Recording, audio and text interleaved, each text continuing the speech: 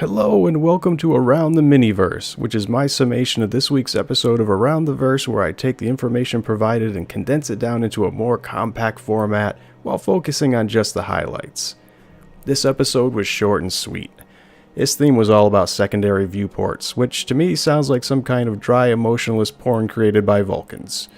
Now, my apologies, there's not much to show by way of visuals this week, but if that's a sacrifice we have to make to not slow down any efforts on 3.0 coming out, then so be it. Chris went on to talk about how a majority of 3.0's features are nearly complete, and they've shifted into the final phase of the production process that focuses on features and content integration, optimization, and bug fixing.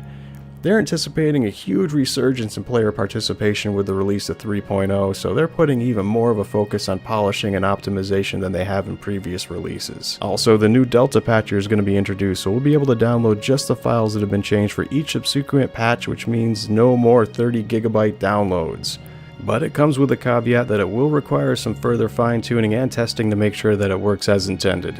He addressed the new slip in the scheduling by reminding us that quality will always trump scheduling, and I'm happy to hear that he's not succumbing to the pressures that are being placed upon him and continues to refuse to release a substandard product.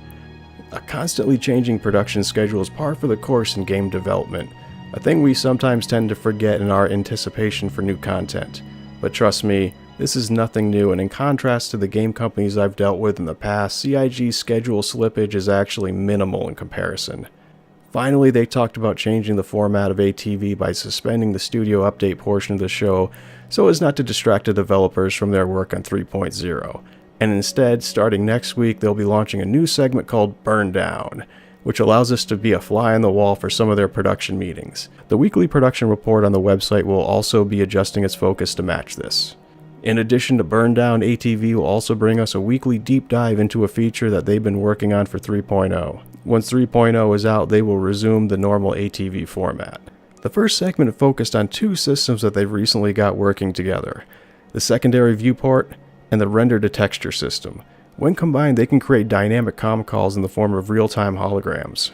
The secondary viewport is built on top of the render-to-texture system, which allows them to create camera views for all manner of monitors, screens, interfaces, visors, and mirrors with a minimal hit in performance.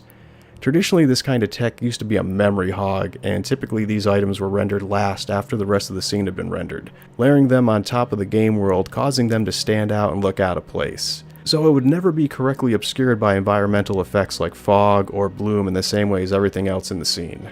The new system gets much better lighting and sorting with the rest of the scene. They also get better anti-aliasing and a bump in performance since they can now reuse the same display on many different screens while only having to render it once instead of having to individually render it every time it appears in the environment. This tech can apply to all the UI screens, all the visors, the holograms, video comm calls, and things like mirrors that can be very difficult to achieve in-game.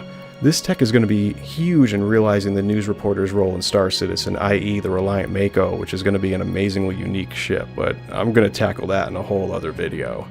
They even go further into the technical side of how this is achieved. It starts at 6 minutes and 40 seconds, which I would recommend to anybody who is interested in hearing more about the nuts and bolts aspect of this process. The bottom line is that comm calls are now going to reflect what's going on in the verse, so you'll see customized player avatars that you're talking to rendered in real time during a comm call.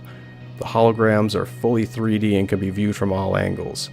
They give more technical information about the holographic system starting at 11 minutes and 37 seconds into the program if you're interested in hearing more about it. Well, that's all for this week's episode. Thank you again for tuning in, and I hope to see you again in the next video.